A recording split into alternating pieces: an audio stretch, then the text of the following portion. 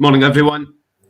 Celtic went to Livingston yesterday and, surprise, surprise, Sean and Alison didn't return with the 3 points. In fact, returned with none. Not a happy hunting ground for Celtic since Livi were promoted to the Premiership. That's 5 games now that Celtic haven't won in Livingston. It wasn't the most impressive performance that Celtic have put on since Ange Postecoglou arrived at the club, Sean. In fact, quite comfortably the worst. I think so. I think it was ineffective. I think they had lots of the ball, as they always do. Might have been different if they'd scored first, but I think the more pressing concern was that they didn't look scoring either. I think Livi defended well, but again, I think the lack of cutting edge from Celtic going forward was the most worrying thing for me. And the other games that they've lost, and they have obviously lost a few already this season, there was always the silver lining, the positive of, well, take a couple of those chances that they've created, and it would have been different. The performance was different from the result. In this occasion, I don't think it was. I think the performance was as bad as the result suggests. Well, that's quite an alarming thing that if Celtic didn't have a goal threat, considering how much of the ball they had. Alison, listen to this. Celtic had 80% of possession yesterday and made nearly 700 passes. Yet, I can't remember too many clear-cut opportunities being carved out. No, I think what that highlights is the lack of penetration that came with it. I think possession and passes is all well and good, but you have to do something with it. There's no point in having the ball if it's going side to side or going back the way. I think the real difficulty was getting the ball and getting players into dangerous areas and areas where Celtic could hurt Livingston. I think, like Sean, I didn't think there were too many opportunities. I think when Kyogo Furuhashi isn't in the team, there's an alarming lack of creativity. I think you can sense it. I think all of a sudden, a team that were free-flowing and scoring lots of goals of late seem to lack imagination in those areas. They don't seem to know what to do with the possession. I think it's easily the worst performance we've seen of this season. And I think a large part of that comes down to the fact that there was just no end product whatsoever. Sean, Celtic did have a few players missing, but I don't think all of it can be pinned on that. McGregor wasn't playing and Kyogo Furuhashi is still injured. But apart from that, maybe Bolly coming in for Taylor at left back as well, I suppose. But he's a capable player, if you'd like to think so. Apart from that, the team is a strong team. It's not like Celtic were scraping the barrel here trying to fill an 11 on the park.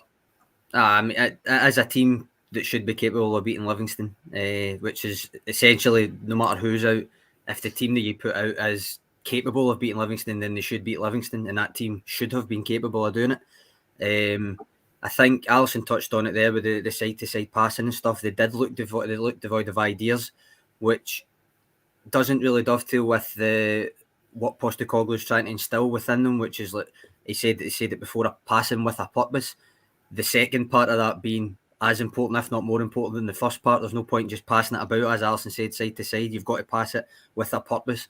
They weren't really doing that yesterday. A couple of occasions, it was not the attacking midfielders. It was Carter Vickers that actually played the most penetrating balls that I can remember. Two in particular, right through their defence to Abada. The first of which he fluffed his lines with the cross. The second of which he put in an all right ball, but it never amounted to anything. So when your centre back is the one that you're picking out as having played the more dangerous passes, when you've got players like Rogic and Turnbull and Jota and Abada on the pitch, you know it's a kind of worrying day, and I think that's the way it panned out. McGregor's a loss in midfield, Alison, but James McCarthy was given the opportunity from the start. If social media is anything to go by, it wasn't really his day on a personal level as well as on a team level. I thought it was a very disappointing performance from him. I wondered if he lacks fitness. I thought it was sloppy. I didn't think he imposed himself on the game at all. I think he looked miles off the pace at times. I didn't think he added anything. In actual fact, I thought when Sorrell came on that Celtic looked a bit more cohesive. But no, I think he's had better games. I'm sure there will be better to come from him. I think it maybe just highlighted a real lack of match sharpness. Yeah, Well, the clear-cut chances one is strange when you look at how well Celtic have done, especially in the home games this season. But away from home, it's not been.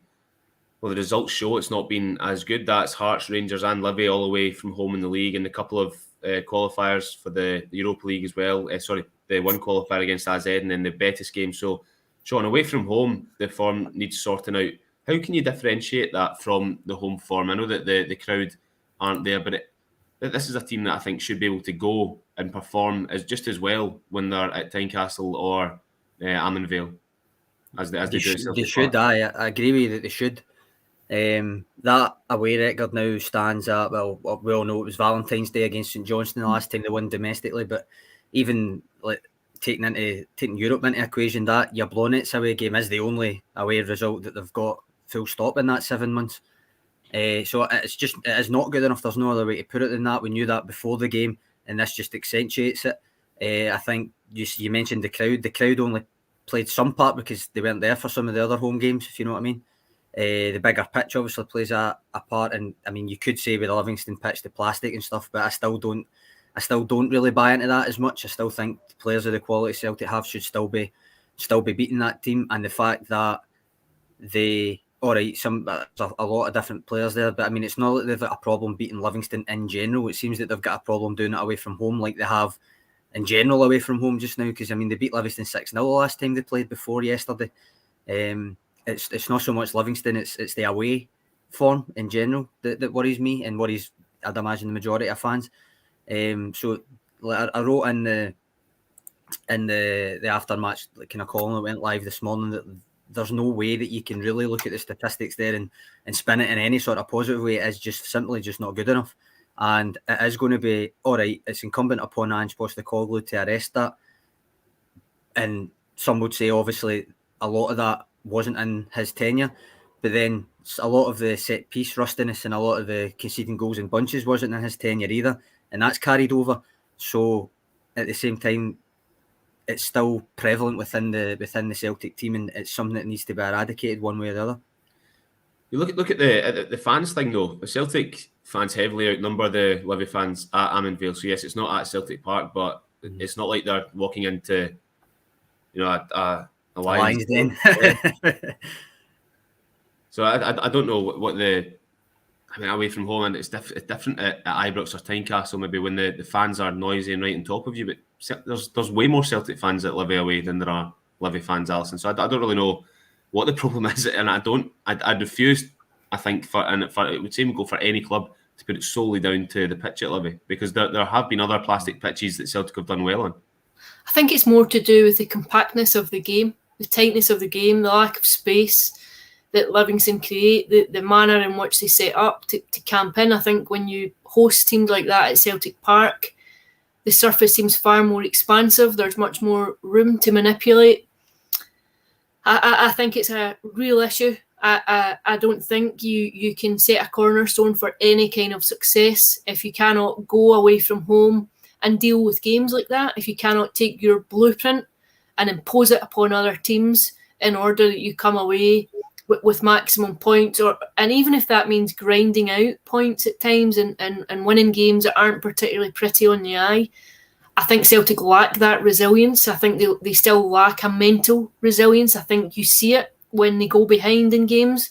I think there is a concern about being able to cope with that and flip the game. I think you can feel the unease that goes through the team, and I think it does cause alarm, and I think it needs to be resolved. Part of it comes with a block of winning games with some momentum, which fosters that kind of confidence, but some of it has to come on the training ground too. And I do have some sympathy for Ange Postecoglou, because there have been a raft of new introductions into this side, while at the same time, whenever he's appeared to have a settled starting 11, there have been injury issues. And I think if you look at the players who are out, they are key. I think you would expect Christopher Julian to be in there consistently when he comes back. James Forrest, I think, will play regularly when he's fit and available. I think James Forrest was a huge loss last season.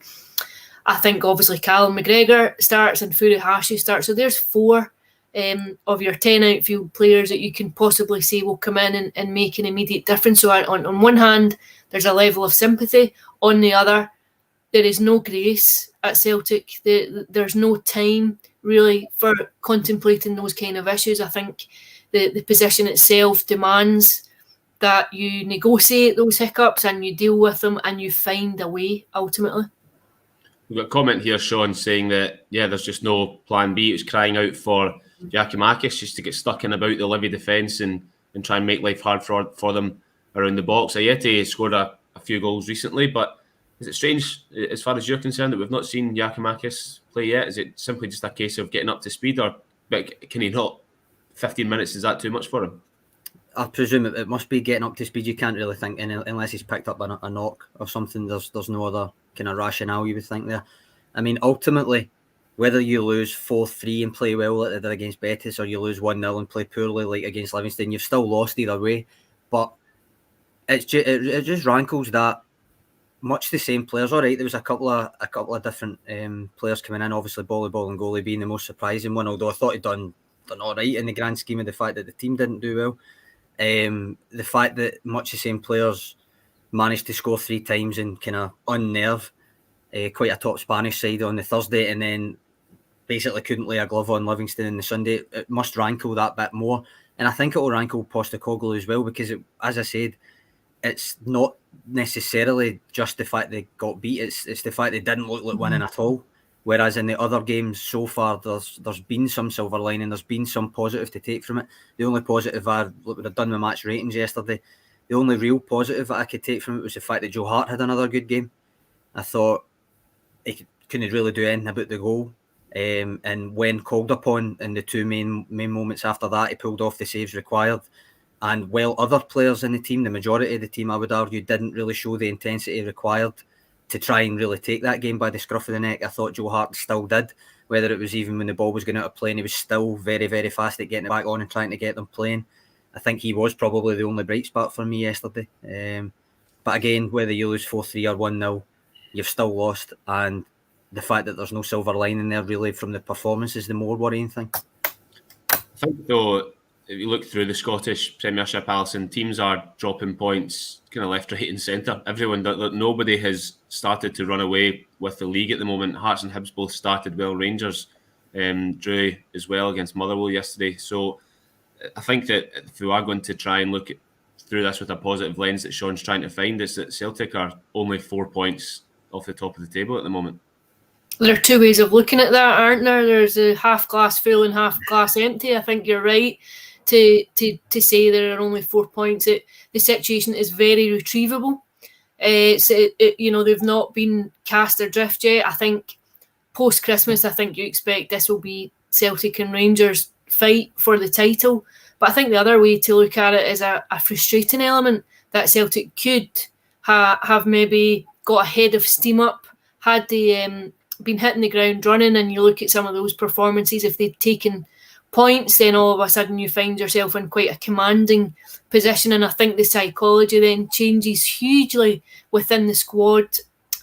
So I think there's 2 ways. I agree. I think 4 points, it's very much within their grasp to get back in, but what we have seen over the last 6 weeks is both sides of this Celtic team at the minute, an attacking verve that was absent yesterday, but that has been evident for much of the season, but married to this defensive malaise that's still there. I think the goalkeeper has changed. You brought Joe Hart in. I agree. I think I've been impressed by Joe Hart. I've been impressed by performances. I've been impressed by his manner on the pitch. I think he's very obviously an experienced player, and I think he's very comfortable in that environment.